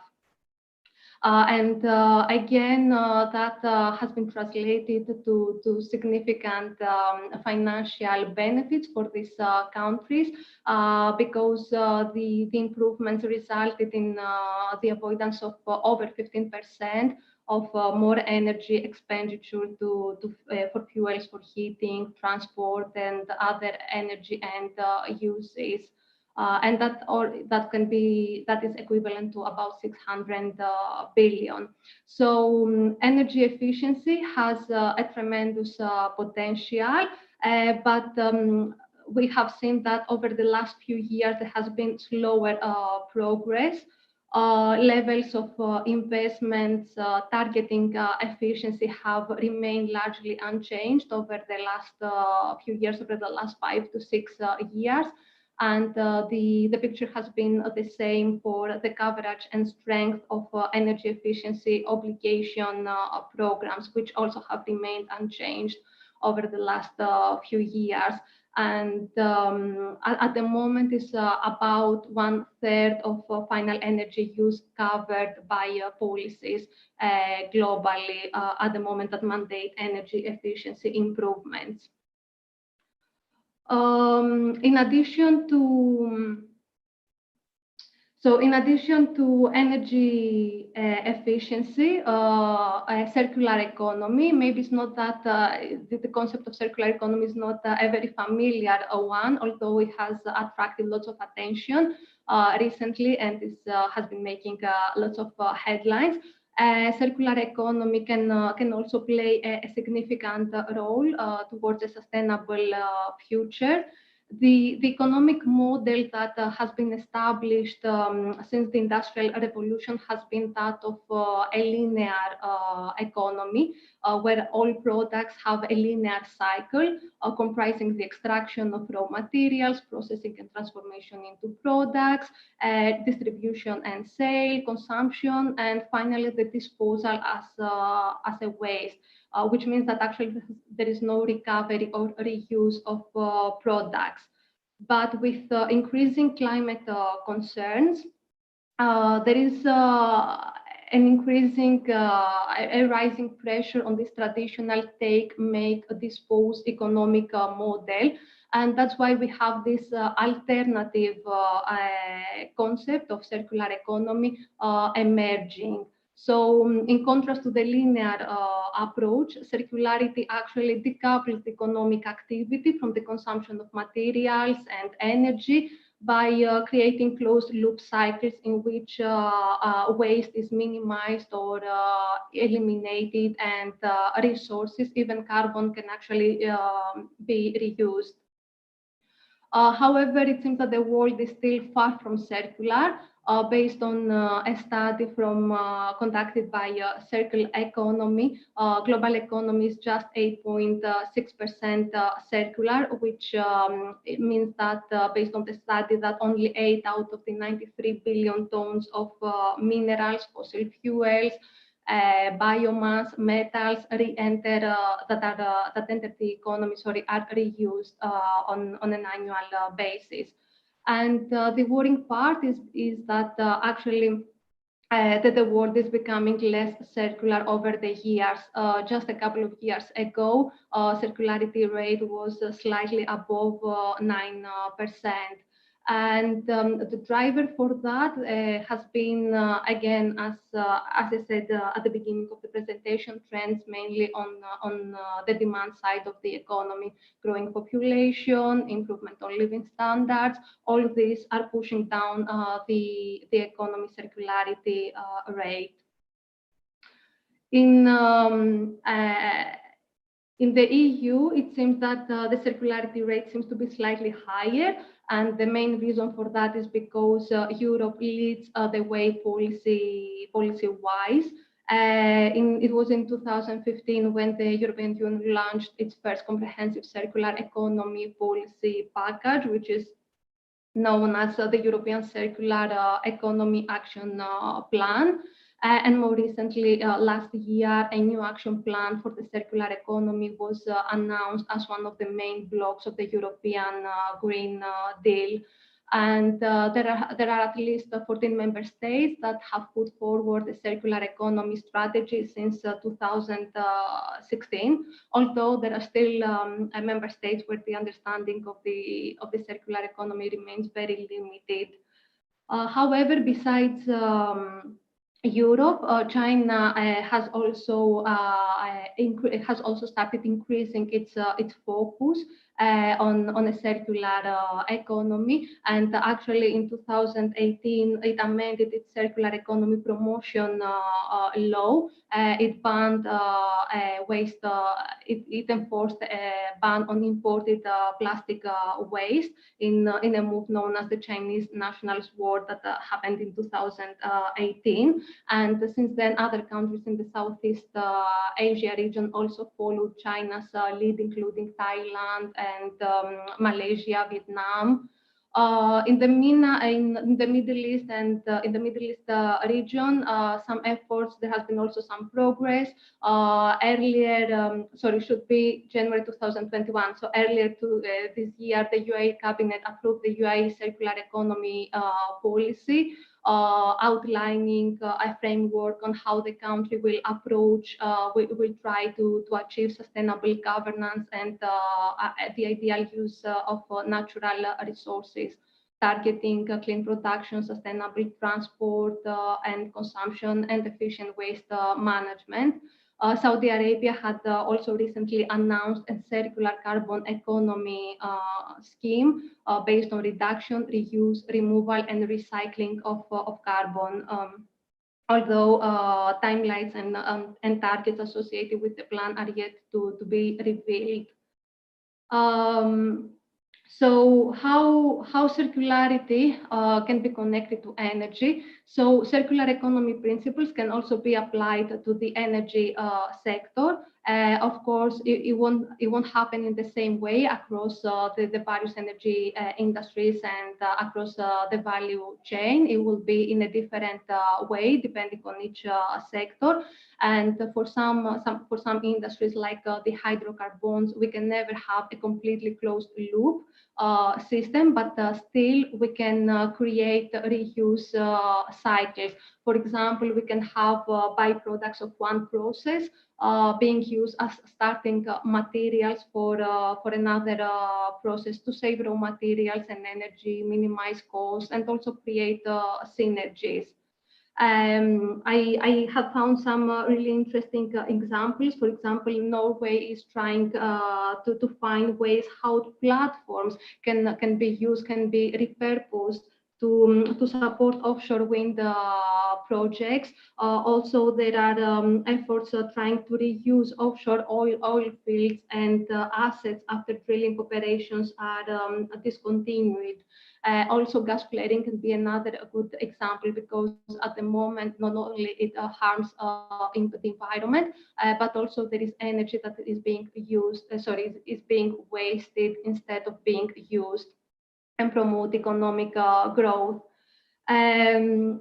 The switch to renewable energy is also is a key element of sustainability. It can also be a key element for circularity. However, we need to be mindful because without a commitment to better recycling, the uptake of renewable energy can also lead to significant environmental footprints. Solar panels, battery can be such examples. Another industry that has been on the spot, industry on the downstream segment that has been on the spot is petrochemicals, and this is due to the relation with the plastic waste that has become a particularly environmental problem. Today's plastic value chain is fundamentally linear, with 95% of the material value of plastic packaging being lost after a single use. And oil and gas hydrocarbons make up more than 90% of the plastic industry's feedstocks. And there have been studies showing actually that even if recycling rates increase significantly from 15% that is today to more than 50%, still the quantity of fossil fuels that will be needed to make plastic will still double by 2050. And that's why there have been efforts, and companies are trying to invest and introduce circular economy into petrochemicals. For example, Shell in 2019 announced that it had successfully manufactured high-end chemicals using a liquid feedstock made from plastic waste. So yeah, there are investments, but the problem at the moment is that they cannot still compete on cost. Just concluding, so as my co-panelists very nicely discussed today, major changes are happening, and even larger ones are to happen over the next decades in terms of changing our global energy consumption, the geographical distribution, and of course the composition of the energy portfolio. In my opinion, most of these changes, including the environmental footprint, will be largely determined by the energy policies of countries still labeled as developing or emerging. And again, as it was discussed earlier, a holistic approach is needed for the successful transition to a more sustainable future. We need to optimize synergies between renewables, hydrocarbons, new technologies, and the sustainability options that I discussed today. And yeah, energy efficiency and circularity can be part of that solution. Thank you. Thank you very much, Valentina. I'm very glad that in your presentation you brought also the aspect of consumption, because so far we've been talking a lot about energy production and the different energy sources, but it's also true that the consumption is maybe at the source of all the problems. We have, I think, 15-20 minutes to discuss, and maybe I'll ask you a few questions. I think the first one is to follow on Valentina's presentation, and also on what Jeremy mentioned before, and also Eli. When we talk about a just recovery, and when we talk about population growth, and we know also that we want, specifically here in the region, we want to build more and develop more. So now the issue is whatever is already built and existing is what Jeremy said, consuming, if I'm not mistaken, producing 2/3 of the greenhouse gases, and it's already being built. So I think an aspect that we haven't touched upon tonight is retrofitting and the efficiency of what is already built, because that's going to stay, right? What we're going to look at now in Saudi Arabia, in the UAE, we are going to build more and more. In the UAE, we're looking at 20 million people. At the moment, we're around 9 for the next 10-15 years. In Saudi Arabia, we're looking at projects such as NEOM, entire regions being developed. So there, yes, we can look at new technologies and how we're going to use these technologies to give energy to these new developments. But a big question mark is what are we going to do with the existing built? Because it's the biggest part of what we have right now. And there's a lack also of communication in terms of behavior. There's a lot of now research on new technologies, on what we can do, but somehow consumption and behavior is not changing. There's this bigger need to consume more, and development is linked to more consumption. So somehow, how are you seeing this being tackled within your different sectors and expertise, and of course, different countries? Thanks, Tatiana. Yeah, that is a good question. My view on that is that actually the transition that we are seeing at the moment, and all these new technologies and all these sustainability tools that we can use to get to this sustainable future is not going to happen overnight. So it's not going to happen over the next 5 to 10 years. This is a transition. So actually, as I said, most of these solutions that the companies, for example, are trying to address at the moment, they still cannot compete on cost. So I don't see that happening overnight. As I said, it will take some time. And at the moment, so there is already, as you said, infrastructure maybe in the region, and not only in the region, but globally. But the pace that all this will happen will differ from region to region. And if, for example, Europe is leading and is in front of other regions, it doesn't mean that the other regions will follow at the same pace. So for me, it is a transition, and I don't see that as a big problem. I don't see that all the infrastructure needs to change today or needs to change tomorrow. It will happen. It will happen, yeah, gradually. So we need policy in place in order that to happen, and that, as you know, and especially in the Middle East region, does not happen so easily. And of course, we need investment. And we need to scale some of these technologies, and again, that will take time. So by the time, for example, that you have a new technology that you want to be introduced into your economy or into your industry, then you can do it. I mean, the infrastructure that maybe you already have in place will be too old, so you can move to the new one, or at least this is the way I see it. Thank you. Jeremy, you wanted to add something? Just briefly, in Latin America, I think this is an interesting point, you know, and this is where I think you see some opportunity. You use the word retrofitting, but I think it's adapting a lot of oil and gas, especially countries that are very oil and gas independent in terms of their economies, in terms of their workforces, in trying to adapt those into the hydrogen economy. I think that's where you see a lot of oil and gas companies in Latin America, where some of the national oil companies perhaps can see using some of the infrastructure, particularly transport infrastructure and natural gas in some level to be in the hydrogen economy. So I think there is an opportunity there. Eli, do you want to add something? Yes, I completely agree with your comment about the issue of the infrastructure already in place and the issue of retrofitting it. One of the kind of main issues right now in Israel is this idea that, yes, we have a lot of natural gas and it's cheap and it's domestic and it's less polluting and less CO2 emissions than coal, but it kind of locks us in, because once you build that power plant, then you're with the power plant for the next 50 years. You're not gonna stop using it because you already built it, you already put the billions of dollars in it. You're not going to just stop it in 20 years if it still has another 30 years in it. So everything we're building right now is for the next 50 years. And everything we will add is just the growth. And here you have these windows of opportunities. Some countries, their windows of opportunities have already passed. Some of them are going to happen. Some of them are currently experiencing, where the power plants that they built 50 years ago are now starting to decommission, and you need to build something else.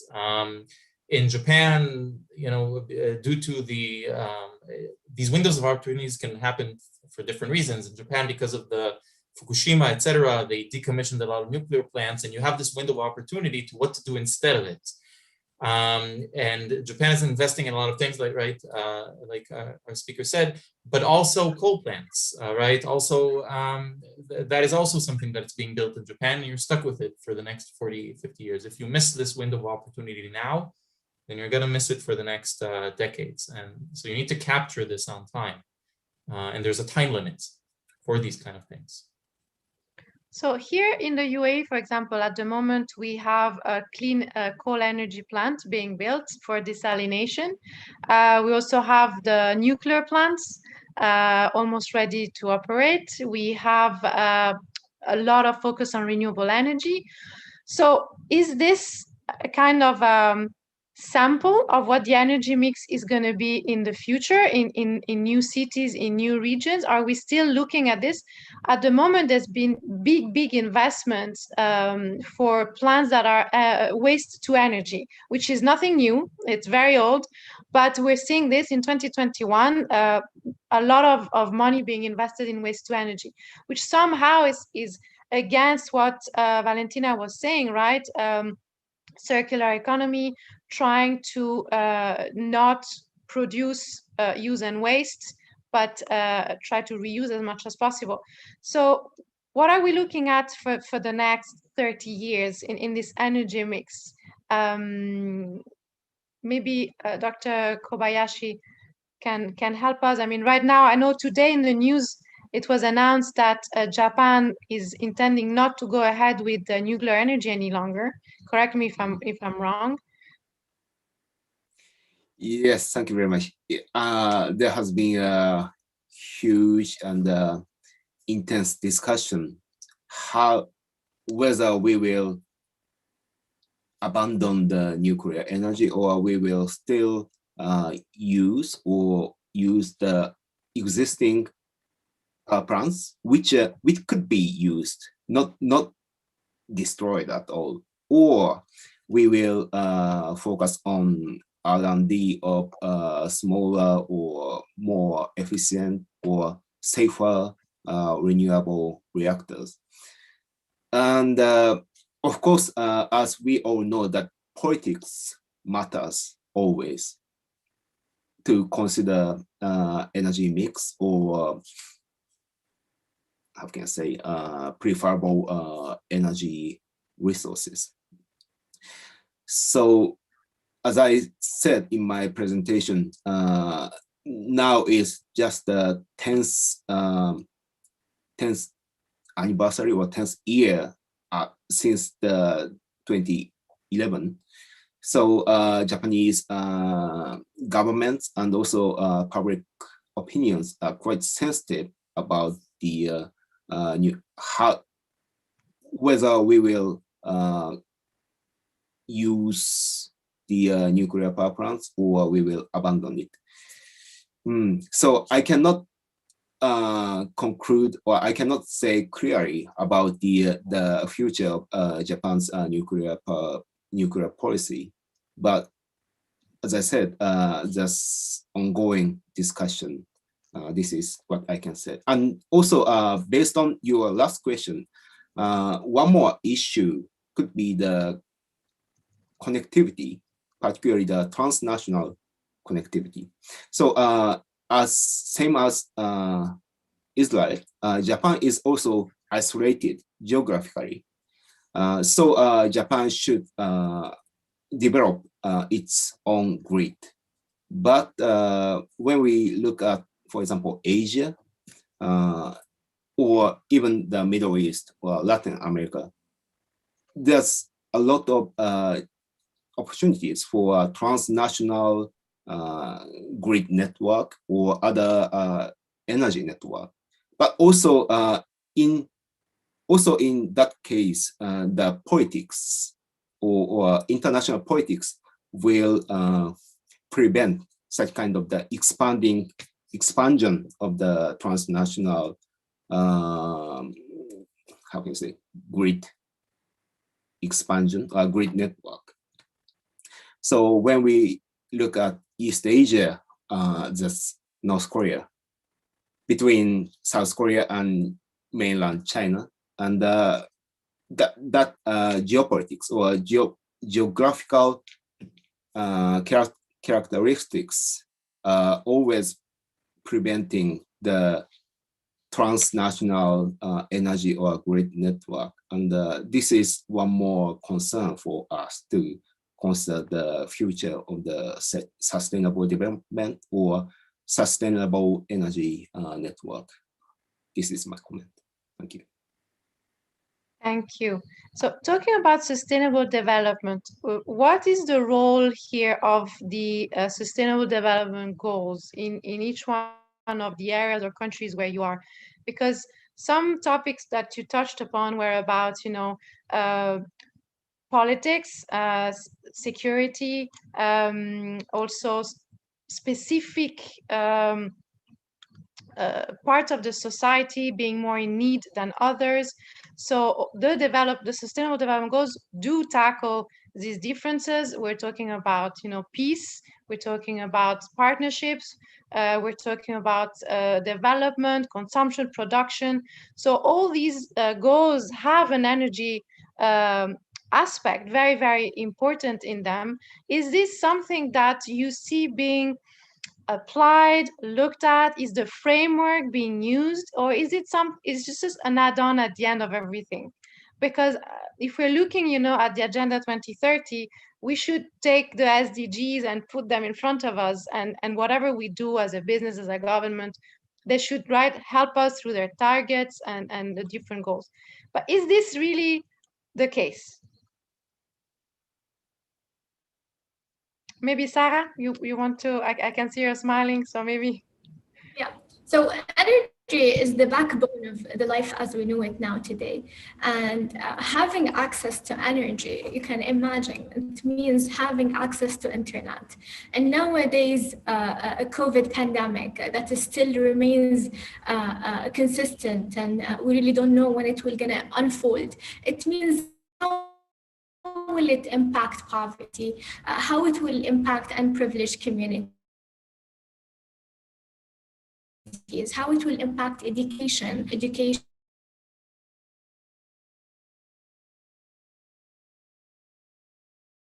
of the World Economic Forum Global Shapers communities, where they interact with you. Sarah, sorry, I think I don't know if it's me, but I can't hear you very well. Around Sarah, sorry. And I see the disparity. Sarah, I think it's better if you switch off the video, maybe the transmission. Can you hear me? Sarah, we can't hear you very well, so I think it's better if you switch off the video, maybe. No. Oh, I'm so sorry. we've lost Sarah. Maybe she's coming back. Does anyone else wants to follow on what Sarah was talking about? Maybe Jeremy or Eli? Yeah, I would just say that, I think that the idea of the SDGs are all, it's again, it's a construct and it's useful for framing a lot of what we've talked about in terms of energy access, energy poverty, sustainable, economies, et cetera, et cetera. I think sort of like the Paris Agreement, a lot of this under the UN framework is all voluntary, and a lot of it requires, to Kobayashi's point, the political will of individual nations. And what we're seeing also, and I mentioned about ESG goals in the financial community, I think you also see now non-state actors like companies become to be much more impactful as well in this broader goal. I mean, I know that's a little bit of a rambling answer, but that's sort of how I would look at it. I would add the challenge of putting sustainability as a priority. Is the challenge is that it will always be the third priority when you're deciding on your energy mix. You first need to make it reliable, then affordable, and sustainability usually comes at the third place, because when you're a policymaker, there's nothing that will make you more nervous than the idea that there will be blackouts in the country, in the city. That there is definitely in the Middle East, there is no kind of bigger threat or sign that you don't know what you're doing if there are blackouts. So this idea of if you want to show your citizens that you have a stable country, that it is well managed, then you need to make sure that there is electricity flowing. One of the biggest signs that you maybe not, even in a non-democracy, right? In Egypt under the Mubarak era, when you had rolling blackouts all summer, it's very hard to claim that you are a strong leader, that you know what you're doing when the people don't have electricity in the middle of the summer during the day. And in Egypt during Mubarak, people had electricity, people had blackouts, they went out to the streets and they protested. And in Gaza as well, and in other places as well, right, even against Hamas. Providing electricity is the most important thing that a policymaker thinks of. And he first wants the electricity to be reliable and then affordable and then sustainable. But first he wants you to prove to them that it is first reliable and then affordable. And it is a challenge, especially as a country is less stable. The first thing that a leader wants and the policymaker wants is to make sure that there are no blackouts, that there is sustainable energy. Otherwise, people lose their position. And it doesn't matter if it's democracy or not. If you don't get, if you experience blackouts, then you are not going to be a prime minister or a president or even a dictator for long. It's very powerful what you're saying. Yeah, it's not what we want to hear, right? When you're in the sustainability field, that sustainability would come third place. But it's the reality, definitely, of political stability and what we need, and our reliance on energy is bigger than any time. Sarah, I'm so sorry we've lost you. I think it's also maybe better for you to switch off the video. It will take less. It will need less bandwidth. So maybe we can hear you if you want to finish your comment. Thank you. I'm not sure to what. I'm so sorry. It's a very bad connection, I think, for her at the moment. Yes, so I think also something we didn't touch upon too much tonight, it's taxation and subsidies, because this is something that we see here in the Middle East. In terms of behavior, we use a lot of AC, like if there was no tomorrow. We consume water like if there was no tomorrow. And at the end of the day, very few people make the connection of water production, desalination, massive amount of energy needed. So what do you think about taxation? I mean, is this something that is I'm sure it's already coming. I mean, we can see in the UAE DEWA, which is the Dubai Water and Electricity Authority, they somehow already manage the consumption in your bill every month. The more you consume, the more you pay, which is a start, right? But we still have a part of the population which have more access and lesser prices. So it's a very complicated situation. But in other countries, it would be interesting to see if you already applied specific taxation on pollution, on energy usage, and if that helped, if you see with data, data could show a change in energy needs.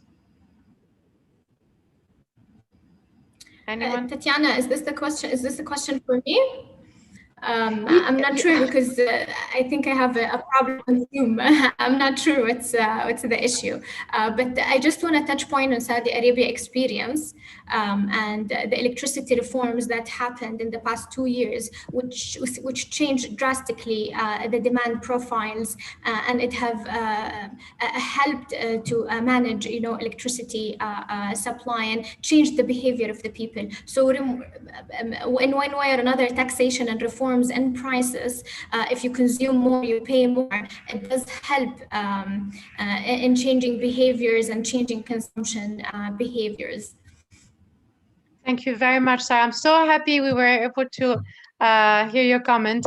I think we've gone a bit over time. So I know that some of you have other commitments and they need to go. So I just would like to thank everyone tonight. Thank you very much, Trends, for the opportunity to have this discussion. Thank you for each one of you tonight for being here. I think, summing it up very quickly, there's a very important need for regulation and policies, and also to enable more private partnerships and financing to go faster in this energy transition. So if anyone has questions, I hope also in the audience, they will email them to Trends and then send them to our speakers in case they can reply to them. But I think we're good for tonight or for today on your side, Jeremy. And Amane, thank you. Yeah, we'll keep working. Yeah. Amane, thank you very much. It's very late for you. So I would like to thank again everyone, and I will leave the space to the team at Trends Research and Advisory. Thank you. Thank you, Tatiana. Thanks, everyone. It's been a pleasure. Thank you, Tatiana, for the expert hosting. Yeah, thank you. Thank you very much. Thank you, Tatiana and Trends team. Thank you. Thank you, everyone. Have a good night, a good day. Thank you a lot. Thank you, everyone. Thank you, our distinguished speakers, and thank you, our distinguished viewers. And we will see you, inshallah, in our next events. Thank you a lot, and good night and good day. Thank you a lot. Take care. Thank you. Bye-bye. Best wishes. Bye.